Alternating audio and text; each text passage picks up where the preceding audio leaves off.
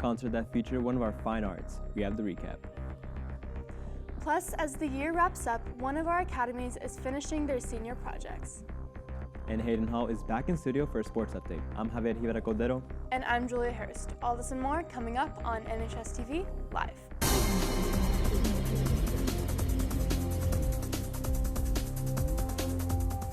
Just last week, the district had a celebration in honor of our retiring staff, with a live performance and even some catering and an award show.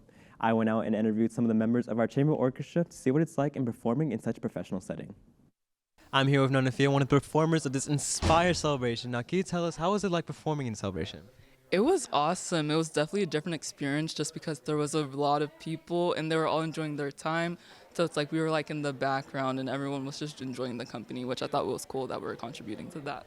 You have to be aware of like your surroundings, and even if distractions are going on, you still have to keep going and go forth and just put passion into what you're doing. So I thought that was amazing. I'm here with another one of the performers, Bella Falcon. Now, Bella, can you tell us, how was the performance for you? It was a little different from regular concerts. There was people talking in the background, you know, kind of not focused attention on us. But at the same time, I feel like it was just a great experience overall to be able to be background music and just enjoy playing. Yeah, exactly. And especially working in chamber orchestra, what is it like having a lot of skill that you have to work on and possibly taking this to your future? It's actually very exciting. I didn't know if I was going to continue orchestra in college, but after being in chamber for so long, I feel like the music just really speaks to me and it makes me want to pursue it more in college. Oh, thank you so much, Bella. Now, Texans, this was the Inspiration Celebration, and these performers provided so much talent and skill, not just in our school, but in these performances. And now, as we go back to here, back to studio. Back to you guys. Okay, I'm keeping it. Thanks, Javier. Now, attention Northwest seniors. There will be an academic signing ceremony for all of those who have been accepted to college. Just like how we have athletic signing days, we'll be celebrating those who will be going to college for programs other than sports. In order to participate, please fill out the following form that includes your acceptance letter. The deadline to fill this form out is Thursday, April 14th. Thanks, Julia. And while we are on our seniors, if you are needing to take the TSI, there's a date to take it on April 22nd, but there is limited seating. You can sign up by scanning the QR code on the screen or going to tinyurl.com/NHSTSIA school days. A little rhyme in there for you. It starts at 9 a.m. in a lecture hall, and all you need is your school computer and a charger. After signing up, you must complete the appropriate TSI voucher request form, including the completion of and submission of the new pre-assessment activity, so your testing voucher can be generated.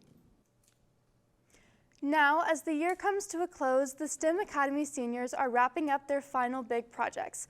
We sat down with senior Carter Rasmussen to learn more about this learning activity. We choose a project at the beginning of the year, and then we spend the full year working on a product to help fix that problem. We will be presenting our projects during EDD Presents, and we'll spend the first half of the day, everyone will present, and then the best 3 presentations will go on to the finals. Thanks, Carter. And in case you haven't heard, our Texan Stuco was recognized for their leadership, service, and activities around the school to serve the community. They received a National Gold Council of Excellence Award, which is the highest level of award for a high school student council. We talked with our president, Brianna Lee Rodriguez, on how she helped our council win an award of this level. We always like to think that, like 14 heads are better than one. So we all like to put our ideas together and make one big old idea, or just kind of talk it out, go through like a thinking process before we actually finalize on something. Make sure to give your congratulations to the council if you see them around in the halls. Thanks, Javier.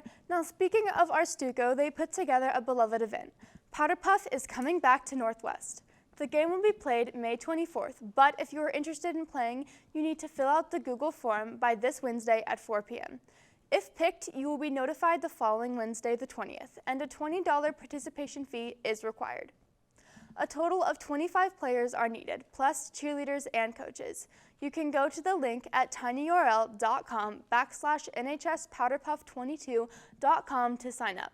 Now, more on sports. Hayden Hall is back in studio to give you a Monday sports report. Hayden? Thanks, Julia, and good morning, Texans, and a happy Monday.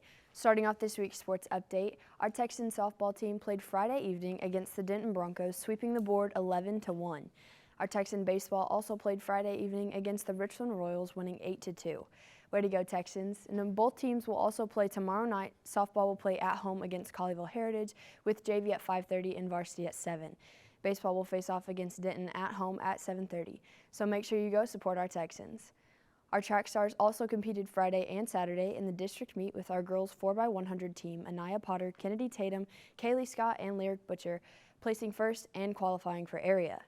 Our boys 4x400 team, Andrew Lutkenhouse, Keenan Reel, Sam Smith, and George Wheatley also qualified and brought home the gold with a time of 3 minutes and 22 seconds. Keenan Reel got first in the long jump as well as hurdles, and Andrew Lutkenhouse taking the gold in the 800 and 400 meter. Star Kaczynski defended her top title as well, placing first in discus. And freshman Mac Blue placed first in pole vault with a new personal record of 11 foot 3 inches. Great job this season, Texans, and congrats to the athletes who qualified, as those are just a few. Some exciting news for our Texan tennis team. Mike Brede is competing at regionals in Lubbock, Texas this week. So good luck, Mike. And in the pro world, the 86th Masters was in full swing over the weekend, as well as Thursday and Friday.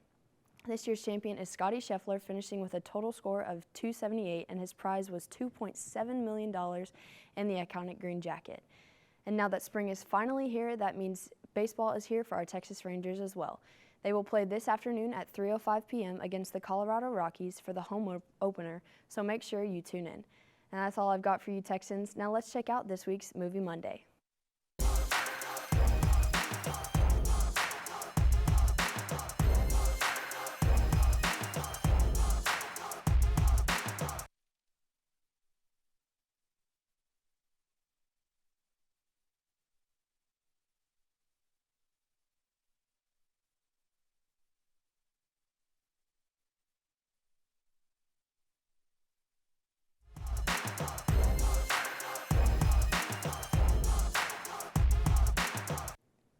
Sorry for technical difficulties, but if you think you have the answer of which movie was on today's show, head over to our Instagram at NHS_TV.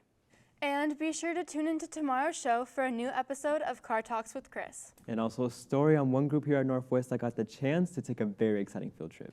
And seniors, don't forget there is a class of 22 meeting in the PAC right after this. Thanks for watching, Texans, and have a great Monday. Thanks, Ed, and I'll be sure to attend. And this has been NHSTV Live.